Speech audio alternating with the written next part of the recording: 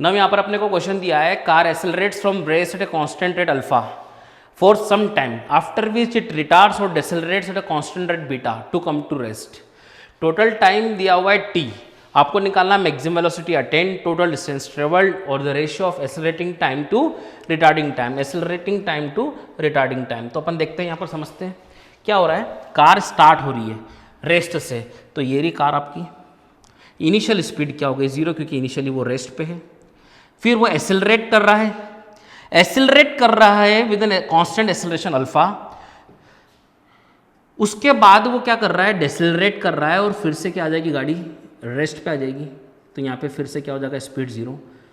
मतलब कि जब तक कि कार एक्सेलरेट हो रही है तब तक उसकी स्पीड बढ़ते जाएगी बढ़ते जाएगी बढ़ते जाएगी, तब तक बढ़ेगी जब तक कि अपन उसको डेसेलरेट नहीं करेंगे। तो यहाँ पर जो स्पीड आएगी वो स्पीड मैक्सिमम होगी टिल एक्सेलरेशन। जब तक एक्सेलरेशन होते रहेगा स्पीड बढ़ते रहेगी। यहाँ के बाद अब रिटार्डेशन शुरू हो गया है तो यहाँ पर स्पीड अब लगातार डिक्रीज होगी और धीरे धीरे गाड़ी रुक जाएगी, रेस्ट पे आ जाएगी। तो यहाँ पर आपकी जो स्पीड आई है वो स्पीड यहाँ पर जो है मैक्सिमम स्पीड। तो आपको समझ में आया क्या पूछा था आपको, मैक्सिमम वेलोसिटी अटेंड। तो during the whole journey this will be the maximum velocity attained by the car, क्योंकि यहाँ तक वो एक्सेलरेट हुआ है, जहाँ तक एक्सेलरेट होगा वहाँ तक की स्पीड बढ़ते जाएगी और यहाँ तक हुआ है तो ये मैक्सिमम हो गई। उसके बाद अब जो होगी वो घटते घटते घटते घटते 0 हो जाएगी। इज इट क्लियर क्या? तो मुझे ये निकालना है और मुझे क्या गिवन है, मुझे गिवन है टोटल टाइम। इस पूरी जर्नी के अंदर जो टाइम लगा है वो t है, ठीक है। मैं मान लेता हूं कि यहां से यहां तक का जो टाइम है वो एक्सेलरेटिंग टाइम टी ए है, ये मान रहा हूं मैं। यहां से यहां तक का जो टाइम है वो टी आर है, that is your retarding time, ठीक है। तो अब मैं इसको नाम दे देता हूं ए, इसको नाम दे देता हूं बी, इसको नाम दे देता हूं मैं सी। तो अब मैं इसको सॉल्व कर रहा हूँ, ठीक है। तो अभी मैं सॉल्व करूँगा for AC part. AC part के लिए मैं सॉल्व करूँगा, ध्यान देना, एसी पार्ट के लिए मैं सॉल्व करूँगा। तो मैंने लगा दी equation of motion v is equal to U plus A T. तो यहाँ पर एसी के लिए ये क्या हो जाएगा final, that is V max, initial 0, acceleration is alpha and time is T A, accelerating time. तो वी मैक्स की वैल्यू कितनी हो गई, अल्फा टी ए, ये हो गई। अब मैं फॉर सी बी की बात करूँगा, फॉर सी बी तो मैंने लगा दिया v is equal to U plus A T, again v again 0। अब यहाँ पे u जो हो जाएगा वो v मैक्स हो जाएगा, समझ में आ रहा है। बीटा इज यूर रिटार्डेशन, तो नेगेटिव एक्सेलरेशन लेना पड़ेगा, और टी आर, तो v मैक्स का जो यहाँ पे वैल्यू आ गया है वो बीटा टी आर आ गया है। दोनों के LHS बराबर है तो दोनों के RHS भी बराबर होंगे। तो आप इसको लिखेंगे alpha T A is equal to beta T R. तो T A by T R becomes beta by alpha. Third number वाले में पूछा गया है ratio of accelerating time to the retarding time. तो अब ये वाला आंसर आपका थर्ड का हो गया है। अब मुझे ऑन एडिंग 1, दोनों साइड में 1 ऐड कर रहा हूँ। सर 1 क्यों ऐड कर रहे हो, समझना भी समझ में आ जाएगा आपको। दोनों तरफ 1 में क्यों ऐड कर रहा हूँ, दोनों तरफ मैंने 1 ऐड किया। तो यहाँ पे हो जाएगा एलसीएम लेंगे तो टी ए plus T R upon T R, beta plus alpha upon alpha, ये बन गया आपका टोटल टाइम। ये टोटल टाइम लाने के लिए मैंने यहाँ पर 1 ऐड किया, तो T will be your total time, T R alpha beta upon alpha, alpha beta upon alpha. तो यहाँ से टी आर की वैल्यू आ गई alpha T upon alpha plus beta, alpha plus beta. इस टी आर की वैल्यू को यहाँ पुट कर दूंगा तो क्या था वहाँ पर, वी मैक्स इक्वल टू कितना था, बीटा टी आर। तो V max is equal to कितना हो जाएगा, beta into alpha T upon alpha plus beta. तो वी मैक्स की जो वैल्यू आ गई वो आ गई, वी मैक्स की जो वैल्यू है वो आ गई, वी मैक्स की वैल्यू आ गई alpha beta upon alpha plus beta into T is your maximum velocity attained. यहाँ पे जो आंसर है डेटा गिवन है अल्फा बीटा उसी के फॉर्म में है, यहाँ पर भी आंसर है अल्फा बीटा और टी भी गिवन है क्वेश्चन में कैपिटल टी। तो this will be your maximum velocity attained, ठीक है। आंसर हमेशा उसी फॉर्म में आएगा जो डेटा क्वेश्चन में गिवन अवेलेबल है, ठीक है ना। अपने को निकालना है टोटल डिस्टेंस ट्रेवल्ड। तो अब इतना लिख लिया, इतना लिखने के बाद मैं इसको इरेज कर रहा हूँ। इसका जो फॉर्मूला बना है इसको आप ऐसे फॉर्मूला याद भी रख सकते हैं। The value of V max is alpha beta upon alpha plus beta into T. जैसे ही गाड़ी एक्सेलरेट कर रही है उसके बाद डेसेलरेट कर रही है तो उसके लिए आप ये मैक्सिमम वेलोसिटी का फॉर्मूला याद भी रख सकते हैं, ठीक है। अब मैं इसको इरेज कर रहा हूँ, यहाँ पे ध्यान दीजिएगा। अब मुझे निकालना है डिस्टेंस, तो मैंने यहाँ पे लगा दी 4 पार्ट AC, तो मुझे डिस्टेंस की इक्वेशन लगानी पड़ेगी। तो v square is equal to U square plus 2s। ये क्यों लगाई? क्योंकि मुझे फाइनल स्पीड पता है v max initial 0 plus 2 alpha. अब मैं मान लेता हूँ कि यहाँ से यहाँ तक जो मैं चल रहा हूँ वो मैं चल रहा हूँ SA, that is accelerating distance, और यहाँ से यहाँ तक मैं चल रहा हूँ SR, that is retarding distance.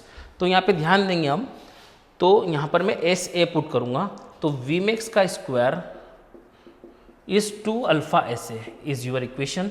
Now यहाँ पर अगर मैं देखूँगा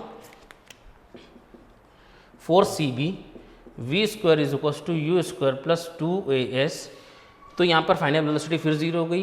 इनिशियल कितनी है? v max minus of 2 beta, क्योंकि नेगेटिव एक्सेलरेशन है, SR, तो v मैक्स का स्क्वायर 2 बीटा SR, दोनों के LHS बराबर है, दोनों के RHS कंपेयर कर देंगे, तो 2 alpha SA is equal to 2 beta SR।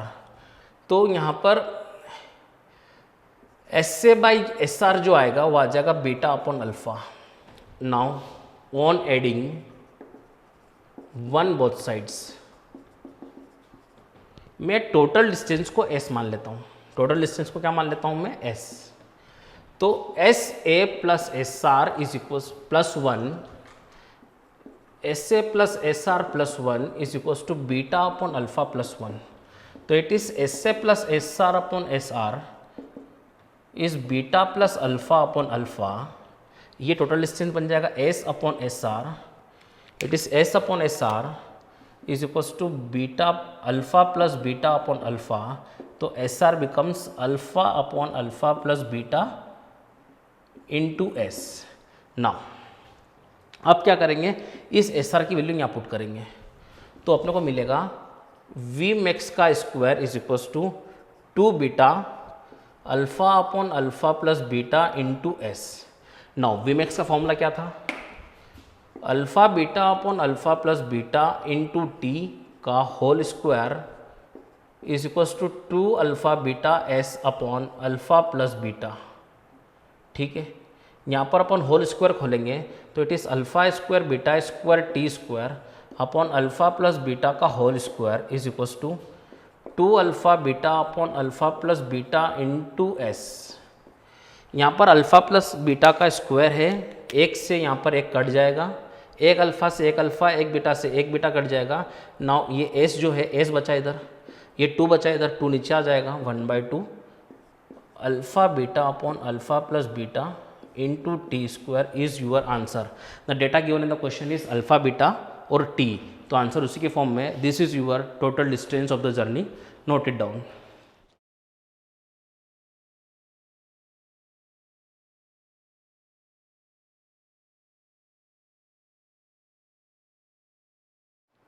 Now question start करते हैं। Particle starts from rest and traverses a distance L with uniform acceleration, then moves uniformly, ठीक है, over a further distance 2L and finally comes to rest after moving a further distance 3L with a uniform retardation। क्या बोला question ने? ध्यान से देना है कि पहले पार्टिकल है, starts from rest, initial speed क्या है? 0, यूनिफॉर्मली क्या कर रहा है? एक्सेलरेट कर रहा है, let the acceleration be alpha, let the acceleration be alpha. कितने डिस्टेंस तक कर रहा है? L डिस्टेंस तक, L डिस्टेंस तक वो एक्सेलरेट कर रहा है। L डिस्टेंस तक एक्सेलरेट करेगा तो स्पीड धीरे धीरे धीरे धीरे बढ़ेगी, और यहाँ पर की स्पीड क्या हो जाएगी? मैक्सिमम। जब तक कि पार्टिकल एक्सेलरेट करते रहेगा तब तक की उसकी स्पीड मैक्सिमम रहेगी। फिर वो यूनिफॉर्मली मूव कर रहा है डिस्टेंस 12 तक, मतलब कि उसकी स्पीड अब चेंज नहीं होगी। 2L डिस्टेंस तक, 2L डिस्टेंस तक उसकी स्पीड सेम है, that is uniform speed, that is v max achieve कर ली और v मैक्स कॉन्स्टेंट है यहाँ तक। अब फर्दर वो 3L डिस्टेंस चलेगा। कितना डिस्टेंस चलेगा? अ डिस्टेंस 3L डिस्टेंस अपन कर देते हैं, 3L डिस्टेंस चलेगा और फाइनली क्या हो जाएगा? वो रुक जाएगा। फाइनली क्या हो जाएगा? वो रुक जाएगा, और विद यूनिफॉर्म रिटार्डेशन बीटा। ठीक है, तो यहाँ तक मैक्सिमम स्पीड अचीव करी, एक्सेलरेशन के साथ धीरे धीरे स्पीड बढ़ी, अब स्पीड कांस्टेंट हो गई, कांस्टेंट स्पीड से मूव करेगा, यूनिफॉर्मली बोला है for distance 2L and further distance 3L with retardation of beta, और स्पीड धीरे धीरे कम होगी और अब 0 हो जाएगी। Is it clear? क्या now you have to find, पूरा मोशन स्ट्रेट लाइन मोशन है, रेक्टिलिनियर है। Now the ratio of average speed over the journey to the maximum speed, ठीक है, यानी कि आपको फाइंड करना है average speed to the maximum speed, ठीक है। You have to find the ratio of maximum speed, you have the option with us, 4 option है, ठीक है ना, उसमें से कोई एक आंसर होगा, ठीक है। तो अपन सॉल्व करते हैं इसको, मैं नाम दे देता हूँ A B C and D, A B C और डी नाम दे दिया अपन ने। अब नाउ मैं सॉल्व कर रहा हूँ फॉर ए बी पोर्शन, ध्यान देना यहाँ पर क्या कर रहा हूँ मैं, ए बी पोर्शन के लिए सॉल्व कर रहा हूँ। मैं यहाँ पे लगा रहा हूँ v is equals to U plus A T, तो it becomes your final, that is V max U zero plus alpha, इस यहाँ का टाइम में t1 नाम देता हूँ, यहाँ का टाइम में t2 नाम देता हूँ, यहाँ का टाइम में t3 नाम देता हूँ, ठीक है। नाउ इस t1, तो वी मैक्स का जो वैल्यू है वो आ गया अल्फा t1। यहाँ पर फिर से मैं सॉल्व कर रहा हूँ, again I am solving for a part, A B की चर्चा कर रहे हैं अभी अपन। नाउ ए बी में क्या करेंगे अपन, फिर से इक्वेशन लगाएंगे, वी स्क्वायर बराबर यू स्क्वायर, सर ये क्यों लगा रहे हैं अभी समझ में आ जाएगा, ठीक है। यहाँ पर क्या फाइनल स्पीड वी मैक्स है, इनिशियल स्पीड 0 है, प्लस 2 अल्फा एल, ठीक है। यहाँ से अपन क्या करेंगे, अल्फा की वैल्यू निकाल लेंगे, अल्फा की वैल्यू कितनी हो जाएगी, V max by t1, alpha की वैल्यू यहाँ पुट करेंगे तो वी मैक्स का square is equals to 2, alpha की वैल्यू कितनी हो गई, V max by t1 into L, तो यहाँ से वी मैक्स से एक वी मैक्स कट जाएगा, यू हैव t1, ठीक है, t1 की वैल्यू यहाँ से कितनी आ जाएगी 2l बाई वी मैक्स, यहाँ से अपन ने t1 की वैल्यू निकाल ली। अब यहाँ पर अपन सॉल्व करेंगे for the part B C, for B C, तो यहाँ पर अगर मैं बात करूँगा तो यहाँ पर एक्सेलरेशन है ही नहीं, तो यहाँ पर अपन डायरेक्टली लगा देंगे A C is equals to U T plus half A T square. ये क्यों लगाया, क्योंकि यहाँ पर एक्सेलरेशन नहीं है, तो डायरेक्टली अगर मैं देखूँगा तो डिस्टेंस निकाल पाऊँगा। यहाँ का डिस्टेंस कितना है 2l, ध्यान देने की कोशिश करना, स्पीड कितनी constant, that is V max, time कितना है t2, तो यहाँ से t2 की वैल्यू डायरेक्टली आ गई कितनी 2l by V max. Sir यहाँ पे 2 इक्वेशन क्यों लगानी पड़ी, यहाँ पे 2 इक्वेशन लगानी पड़ी, यहाँ पर डायरेक्टली एक इक्वेशन से ही आंसर आ गया, ठीक है, क्योंकि यहाँ पर एक्सेलरेशन नहीं है, ठीक है, तो इट इज़ t2 आ गया, ठीक है।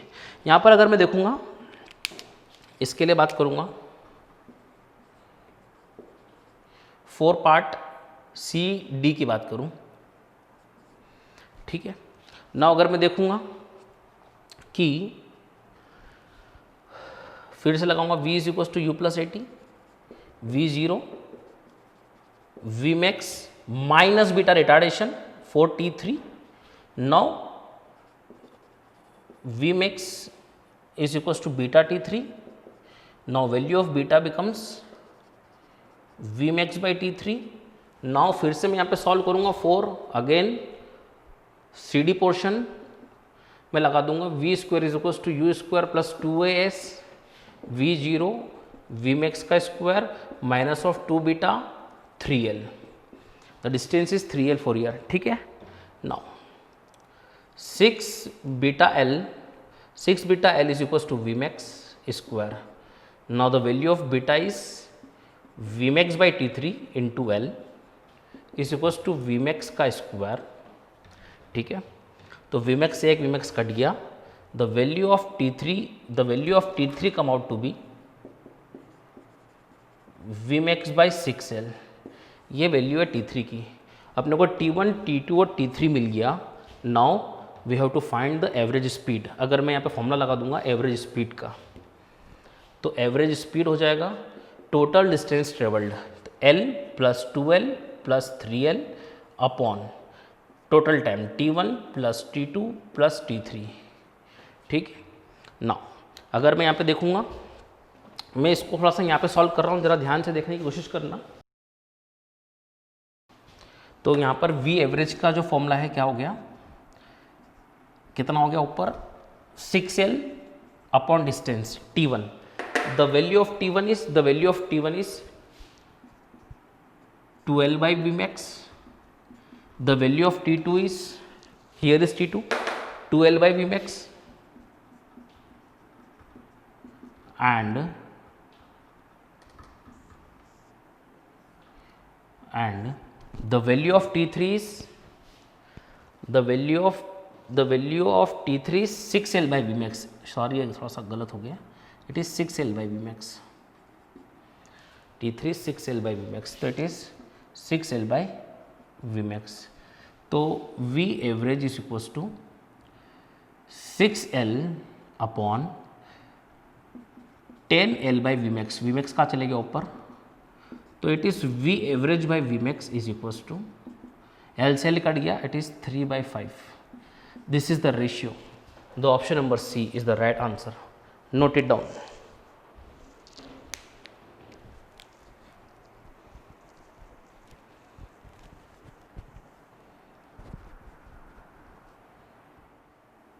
नाउ यहाँ पर क्वेश्चन देखते हैं. Driver of car wishes to pass a truck that is travelling at a constant speed of 20 metre per second. The truck is travelling at a speed constant speed 20 metre per second. Constant speed है मतलब कि इसके अंदर कोई acceleration नहीं है, speed हमेशा constant है. Initially the car is also travelling, initially the initial speed of the car is 20 metre per second. Initially the vehicle are separated by 25 metre. दोनों व्हीकल में इसके टेल और इसके हेड में जो डिस्टेंस है वो 25 मीटर का है ना. तो initially the vehicles are separated by 25 metre and the car pulls back into the trucks lane after it is 25 metre ahead of truck. फिर से क्या होता है, ये कार इसको क्रॉस कर जाती है और ट्रक से आगे निकल जाती है और 25 मीटर आगे निकल जाती है. Is it clear? क्या the length of the car is given 5 metre and the length of the truck is given 20 metre. Car's acceleration, इस कार का जो एक्सेलरेशन है वो है 0.6 मीटर पर सेकेंड स्क्वायर. इस एक्सेलरेशन से आगे बढ़ेगा. अगर इसमें एक्सेलरेशन नहीं होता कभी पकड़ नहीं पाता इसको, क्योंकि ये भी 20 बराबर चल रहे हैं. क्योंकि इसके अंदर एक्सेलरेशन है तो इसकी स्पीड लगातार क्या करेगा, बढ़ाएगा तभी तो ये इसको ओवरटेक करके आगे निकलेगा. ठीक है. Car's acceleration is constant that is 0.6. ठीक है. How much time is required for the car to pass the truck. Truck को पास करने के अंदर कितना टाइम लगेगा, मतलब कि यहाँ पहुँचने में कितना टाइम लगेगा. ठीक है. दो कंडीशन दी है, 25 मीटर पीछे था और 25 मीटर आगे निकलने में कितना टाइम लगेगा ये पूछा है. ठीक है. ना अपन देखते हैं distance travelled by car. Distance travelled by car, car को कितना डिस्टेंस ट्रेवल करना पड़ेगा. मान लो टी टाइम लगता है, यहाँ तक पहुँचने में. 25 मीटर पीछे से 25 मीटर आगे निकलने में जो टाइम लगता है वो टाइम कितना है, टी. तो क्या हुआ, मुझे ये तो 25 मीटर चलना ही है, ये वाला ये 25 मीटर तो मुझे चलना ही पड़ेगा, प्लस ये 25 मीटर भी चलना पड़ेगा क्योंकि 25 मीटर में पहले पीछे था, अब 25 मीटर आगे हूं. तो कार को कितना चलना पड़ेगा, 25 जो पीछे था और 25 जो आगे था. अब उसके बाद क्या टी टाइम में क्या ट्रक रुका हुआ था क्या, नहीं. ट्रक को पास करना है, ट्रक भी तो चल रहा था. तो ट्रक कितना चल रहा था, तो ट्रक कितना चलेगा, AC is equals to UT plus half AT square. यहां समझने की कोशिश करना, एक्सेलरेशन है ट्रक के पास, नहीं. तो टी टाइम तक जो ट्रक चलेगा वो चलेगा कितना, speed is 20 and times T. तो ट्रक कितना चलेगा, 20. तो जितना मैं पीछे था मेरे को वो भी चलना है, जितना मेरे को आगे निकलना मेरे को वो भी चलना, और जितना ट्रक चला मेरे को वो भी चलना, तभी तो मैं पास कर पाऊंगा. ट्रक खड़ा थोड़ी ना है. अगर ट्रक खड़ा होता तो मैं 25 पीछे का 25 आगे का और length of truck length of car चल लेता. लेकिन मुझे क्या करना है, जो ट्रक चल रहा है उतना भी तो चलना पड़ेगा मेरे को, क्योंकि ट्रक रुका हुआ नहीं है. मुझे ट्रक को पास करना है तो मुझे पहले तो 25 मीटर में जो पीछे था वो चलना है, 25 मीटर जो मेरे को आगे बढ़ना है वो चलना है, और उतनी देर में जो ट्रक चला टी टाइम में मैं यहाँ पर पहुंचा. मान लो टी टाइम लगा मेरे को यहाँ पहुंचने में, टी टाइम तक ट्रक भी तो चला. ट्रक कितना चला, इतना चला, तो मुझे उतना भी चलना पड़ेगा क्या, हाँ मुझे उतना भी चलना पड़ेगा. प्लस मुझे ट्रक को पास करना है तो ट्रक की लेंथ भी चलना पड़ेगी क्या, यहाँ पे लिख देना, बाद में लिख देंगे, यहाँ पे लिख दो लेंथ ऑफ ट्रक. मुझे लेंथ ऑफ ट्रक भी ट्रेवल करना पड़ेगी और मुझे क्रॉस करना है तो मुझे खुद की लेंथ भी चलना पड़ेगी, क्योंकि यहां से 25 मीटर था, अब वो यहां से हो गया, तो मुझे 5 मीटर जो मेरा है वो भी चलना पड़ेगा, क्योंकि मैं यहां से चलना शुरू कर रहा हूं. समझने की कोशिश करना, कभी भी ओवरटेक करते हैं, मान लो इतनी लंबी गाड़ी है और ये एक है, ये गाड़ी नंबर 1 है, इसकी लेंथ L1 है, इसकी लेंथ L2 है, ये गाड़ी यहाँ पहुँचेगी. तो इस गाड़ी को यहाँ से लगाकर यहाँ तक चलना पड़ा. कितना चलना पड़ा, ये L1 लेंथ तो चलना ही पड़ा, और इस पहिए को यहाँ से शुरू करके यहाँ ख़त्म होना पड़ा. ये गाड़ी का पहिया फ्रंट टायर यहाँ आएगा, तो कितना चलना पड़ा, L1 प्लस L2। तो मुझे यहाँ से लगाकर यहाँ तक आना है, तो मुझे मेरी लेंथ भी चलना पड़ेगी और ट्रक की लेंथ भी चलना पड़ेगी। तो distance travelled by the car is 25 metre, जो मैं पीछे था 25 मीटर अहेड आना है। उतने टाइम तक ट्रक कितना चला मुझे वो भी चलना है, मुझे लेंथ ऑफ ट्रक भी चलना है और मुझे मेरी खुद की लेंथ भी चलना है। तो ये डिस्टेंस ट्रेवल्ड बाय कार आ गया। Distance travelled by car is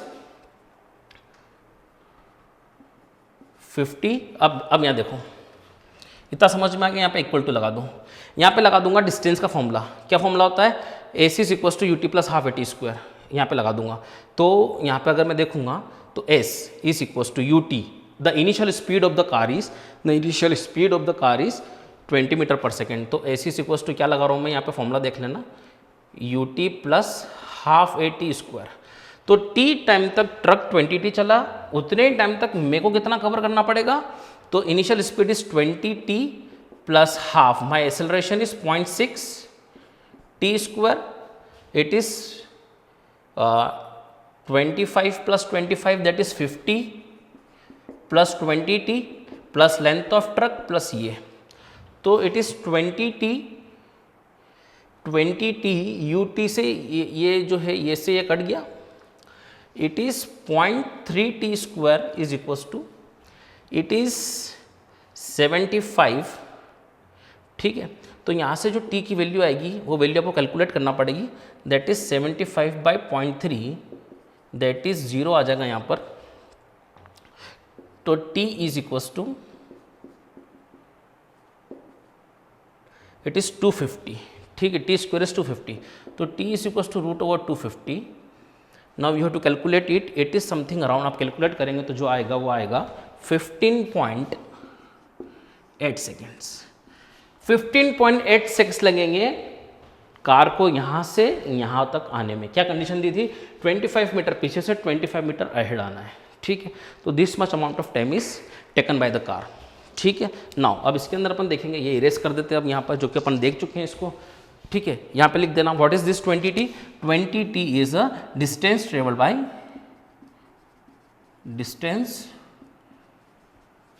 by truck in T time. ठीक है, नाउ इसको इरेज कर देते हैं। नाउ अपने को फिर क्या बोला है, नेक्स्ट अपने को बोला गया है, क्या बोला है, what distance does the car travel during this time, कितना डिस्टेंस ट्रेवल करेगा। तो लगा दो डिस्टेंस ट्रेवल बाय कार, क्या फॉर्मूला लगा देंगे, AC is equal to UT plus half AT square.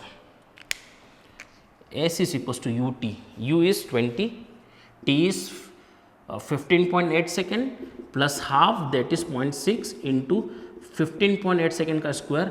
On solving this you will get 391 metre. 391 metre चलना पड़ेगा कार को।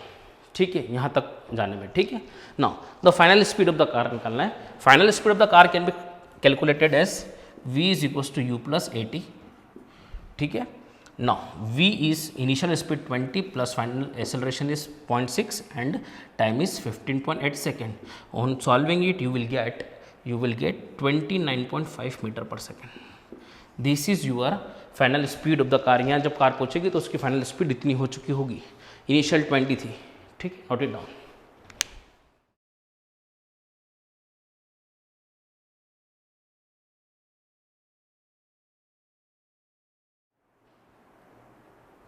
Now question given है, an object starts from rest at t equals to 0 and accelerates at a rate given by a equals to 60. Acceleration is a function of time. Time बढ़ते जाएगा, acceleration बढ़ते जाएगा। ठीक है, यहाँ पर कांस्टेंट एक्सेलरेशन नहीं है। अगर एक्सेलरेशन कांस्टेंट नहीं है तो अपन इक्वेशन ऑफ मोशन नहीं लगाएंगे। टाइम कम होगा, एक्सेलरेशन कम होगा। टाइम बढ़ेगा, टाइम कभी रुकता ही नहीं है।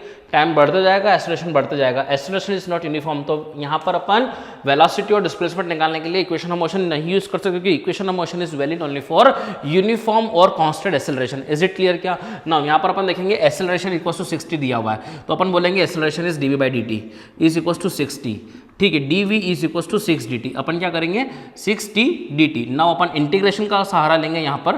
ठीक है, यहाँ पर टाइम t बराबर 0 पुट करेंगे। t बराबर 0 पे स्पीड कितनी है, तो क्या बोला है initially the particle is at rest. तो स्पीड कितनी है, थोड़ा सा नीचे लिख देंगे। t इक्वल टू 0 पे जो वेलोसिटी है वो भी 0 है, और t इक्वल टू किसी टाइम t पर जो वेलोसिटी हो जाएगी वो v हो जाएगी, वही निकालना है। dv का इंटीग्रेशन हो गया v from lower limit to upper limit v 6t² 2 from lower limit 0 to upper limit t। तो v माइनस 0, यहाँ पर क्या अपर लिमिट पुट करेंगे v की जगह पे v की जगह पे माइनस 0, हमेशा माइनस आता है बीच में, ये हो जाएगा 3t² माइनस 0, तो value of v becomes 3t²। ठीक है, now we have to find displacement, किसी टाइम t पर डिस्प्लेसमेंट निकालना है। तो v कितना आ गया 3t², it is ds/dt is equal to 3t², ds is equal to 3t² dt। यहाँ पर फिर इंटीग्रेशन करेंगे, कांस्टेंट इंटीग्रेशन के बाहर t इक्वल टू 0 पे कुछ नहीं दिया, तो मान लो कहाँ पर हूँ मैं 0 पे हूँ, t इक्वल टू t पर कहाँ पर हूँगा मैं s पे रहूँगा। ठीक है, तो इट इज ds का integration s from lower limit 0 to upper limit s is equal to 3। यहाँ पे ध्यान रखा जाए t इक्वल टू 0 पे जो पोजीशन थे वो लिखना है, यहाँ पर कोई पोजीशन नहीं दी थी तो 0 मान लेने का है। 3t³/3 ये से कट गया, s minus 0 is equal to 3, यहाँ पे भी 0, तो इट इज t³। तो displacement is a function of time आ गया। तो ये आपके आंसर्स हो गए। नाउ वेरी इंटरेस्टिंग क्वेश्चन, यहाँ पर जो दे रहेगा particle moving along x axis, acceleration is a function of displacement year. यहाँ पर एक्स क्या है, पोजीशन है। ठीक है, इफ टी इक्वल्स टू 0, तो यहाँ पर मैं क्या करूँगा, एक्सेलरेशन इक्वल्स टू एक्स लिखा, यानी कि पोजीशन चेंज होगी तो एक्सेलरेशन चेंज होगा। यहाँ पर एक्सेलरेशन यहाँ पे भी कांस्टेंट नहीं है, इक्वेशन ऑफ मोशन यहाँ भी नहीं लगा सकते अपन। क्या करना पड़ेगा, dv/dt is equals to x. Sir यहाँ पे टाइम था तो इधर t का मल्टीप्लाई कर दिया dt का, तो यहाँ टाइम का इंटीग्रेशन हो गया। सर यहाँ पे टाइम है, dt का अगर मल्टीप्लाई करूंगा तो पोजीशन का टाइम के रिस्पेक्ट में इंटीग्रेशन नहीं हो सकता। ध्यान सुनो, टाइम का integration with respect to time करना है। dt इधर आ गया, अब dt यहाँ चले जाएगा तो यहाँ टाइम है क्या, नहीं, यहाँ पर पोजीशन है। तो यहाँ पर जबरदस्ती dx का मल्टीप्लाई dx का डिवाइड करना पड़ेगा, और यहाँ पर जो dx/dt होता है वो हो जाता है वेलोसिटी dv/dx। आप याद रखें एक्सेलरेशन का एक और formula, the formula of acceleration is also dv/dt और v/dv/dx, ये दोनों फॉर्मूले हैं। कैसे आया, समझ में आया? ये कब यूज करेंगे, जब टाइम के रिस्पेक्ट में इंटीग्रेशन करना हो, टाइम हो, पोजीशन हो, तो अपन ये यूज करेंगे। कैसे आया, dx का multiply divide dx/dt, rate of change of position with respect to time is your velocity, dv/dx is equal to x। Now यहाँ पर अब आसान हो गया, v का with respect to v integration करना है, x dx करना है, इंटीग्रेशन।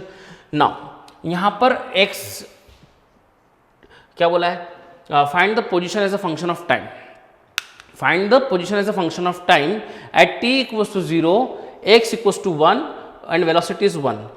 जब टाइम 0 था तो इनिशियली x कितना था, 1, तो लोअर लिमिट 1 आ गई, अपर लिमिट कुछ x होगी। यहाँ पर उस टाइम पे जब t इक्वल्स टू 0 था, इनिशियली पोजीशन 1 था और वेलोसिटी कितनी है, 1। किसी टाइम t पर वेलोसिटी हो जाएगी v। समझ में आया? लोअर लिमिट हमेशा इनिशियल वाली रखी, इनिशियल मतलब t equals to 0, t equals 0 पे लोअर लिमिट 1, इसकी भी लोअर लिमिट वेलोसिटी की भी 1। किसी डिस्टेंस x पे, किसी टाइम t पर जो पोजीशन डिस्टेंस x होगी और वहाँ पे वेलोसिटी v होगी, तो v dv का इंटीग्रेशन क्या होता था, x dx का इंटीग्रेशन x²/2 कैसे आता है, x की पावर n+1 अपॉन n+1, तो यहाँ पावर 1 थी, यहाँ पे v का क्या हो जाएगा, v²/2, जैसे यहाँ पर हुआ था t dt का t²/2। ठीक है, तो it is lower limit 1 to upper limit v is equals to, यहाँ पे ध्यान दिया जाएगा, it is x²/2 from lower limit 1 to upper limit x। Now upper limit put करेंगे, v²/2 minus of 1/2 is equals to, समझ रहे हैं क्या? v की जगह पे अपर लिमिट v पुट करी, माइनस लोअर लिमिट 1 पुट करी v की जगह पे, तो it is 1/2। Upper limit put करेंगे x की जगह पे x²/2 माइनस ऑफ 1/2, ये से कट जाएगा। ठीक है, now v equals to x आ गया, क्या आ गया बेटा, v इक्वल्स टू x। ठीक है, नाउ ये क्या हो जाएगा, अब मुझे क्या निकालना है, position as a function of time. तो ये क्या हो जाएगा, dx/dt is equals to x, तो it is 1/x dx is equals to dt। Integration आप ध्यान देंगे, फॉर्मूला इंटीग्रेशन का देखा था अपन ने, 1/x का जो इंटीग्रेशन था log e/x था। ठीक है, इज इक्वल्स टू t का जो इंटीग्रेशन है वो t है। अब लोअर लिमिट यहाँ पे t को 0 पुट करेंगे, अपर लिमिट t पुट करेंगे, यहाँ पे पोजीशन यहाँ थी इनिशियली 1 और किसी x हो जाएगी, तो फ्रॉम 1 टू x। ठीक है। आप बाद में 12th में इंटीग्रेशन फिर से पढ़ेंगे, यहाँ पर सिर्फ समझिए 1/x का इंटीग्रेशन होता है log e base x, ठीक है। log वो क्या होता है, मैथमेटिक्स का पार्ट है, मैथमेटिक्स वाले सर आपको सिखाएंगे, ठीक है। Is equals to dt, time आने पर सब आप सीख जाएंगे, ठीक है। t, dt का integration t from lower limit 0 to upper limit t, log upper limit put करेंगे x माइनस लोअर लिमिट कितना हो जाएगा, log e base 1 is equals to t minus 0, log 1 any base 1 is 0, ठीक है। तो it is log e base x is equals to t only. जब भी log हटता है तो x की वैल्यू अगर निकालना है तो log हटेगा तो यहाँ पे जो भी चीज़ है वो e की पावर में चले जाती है, ये आप समझें।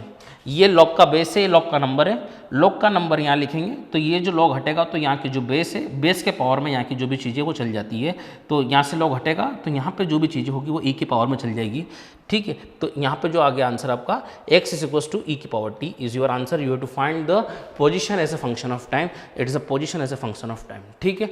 आप मैथमेटिक्स जो भी यूज़ हो रहा है उससे डरने का नहीं है, मैथमेटिक्स वाले बच्चे आराम से मैथमेटिक्स में सीखेंगे। और नीट वाले बच्चों को भी इतना तो ध्यान रखना है, ये बेसिक सा है कि अपन ने देखा था log x का 1/x का इंटीग्रेशन क्या होता है, ठीक।